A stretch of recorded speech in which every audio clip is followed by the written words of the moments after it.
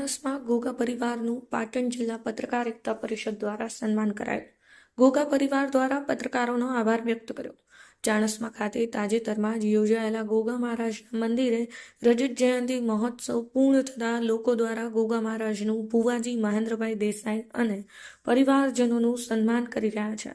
ત્યારે ઉપરોક્ત પરિવાર દ્વારા ગત ભાદરવી પૂનમના મહામેળામાં પણ પાટણ જિલ્લા પત્રકાર એકતા પરિષદ દ્વારા યોજાયેલા સેવા કેમ્પમાં ઉદાર હાથે ફાળો આપી સહયોગી બન્યા હતા. ત્યારે પાટણ જિલ્લા પત્રકાર એકતા પરિષદના હોદ્દેદારો સહિત તાલુકાના હોદ્દેદારો દ્વારા વિવિધ મોમેન્ટો આપીને શાલ ઓઢાડી સન્માન કરાયું હતું. ગુજરાત રાજ્ય પત્રકાર એકતા પરિષદના પ્રદેશ અધ્યક્ષ શ્રી લાવુભાઈ કાત્રોડિયાની સૂચનાથી અને પાટણ જિલ્લા પત્રકાર એકતા પરિષદના પ્રમુખ શ્રી પ્રકાશભાઈ નાડોદાના માર્ગદર્શન હેઠળ ચાણસમા ખાતે આવેલ રબારીવાસમાં પૌરાણિક ગોગા મહારાજના મંદિરે સન્માન કાર્યક્રમ યોજાયો હતો.